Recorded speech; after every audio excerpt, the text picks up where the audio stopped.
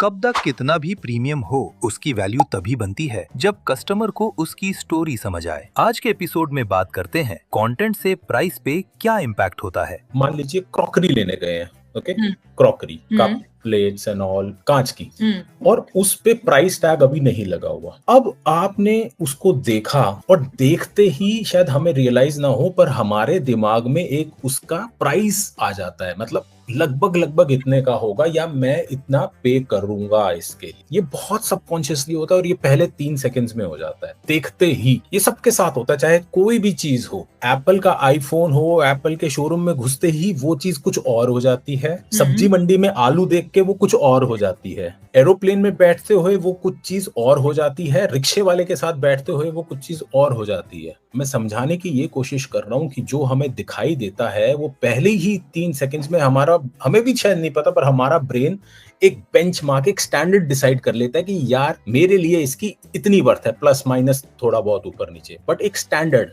100, 1000, 10,000, लाख, ये बहुत इंपॉर्टेंट चीज है। आप समझें इस बात को। वो चीज कितने की होनी चाहिए वो तो देखो, उसकी क्या वैल्यू है वो तो यूज करने के बाद की बात है, लेकिन यूज करने के लिए भी तो उसको खरीदना पड़ेगा। वहां का डिसीजन, मैं कह रहा हूं, वहां का जो डिसीजन है वो उसको देख के। तो यही चीज हमारे को अपने प्रोडक्ट, अपने फैब्रिक के लिए समझनी है। अगर उसको शैबिली डिस्प्ले किया गया है फिजिकली शोरूम में या सोशल मीडिया पर, तो वो जो स्टैंडर्ड है ना यार, ये तो 50 रुपए मीटर होगा। और अगर उसे एक तरीके से उसको करा गया है तो वही 500 रुपए मीटर भी उसको एग्री हो जाएगा। वो सोच नहीं रहा। आप ये समझिए, मेरी मतलब इस बात को ध्यान देना कि बंदा अपने आप से नहीं सोच रहा कि वो इतना होगा उतना होगा। ये सबकॉन्शियसली हो रहा है, देखते ही हो रहा है उस चीज को। 50 या 500 या 5,000 देखते ही हो रहा है, चाहे कपड़ा है, चाहे गाड़ी है, कुछ भी है।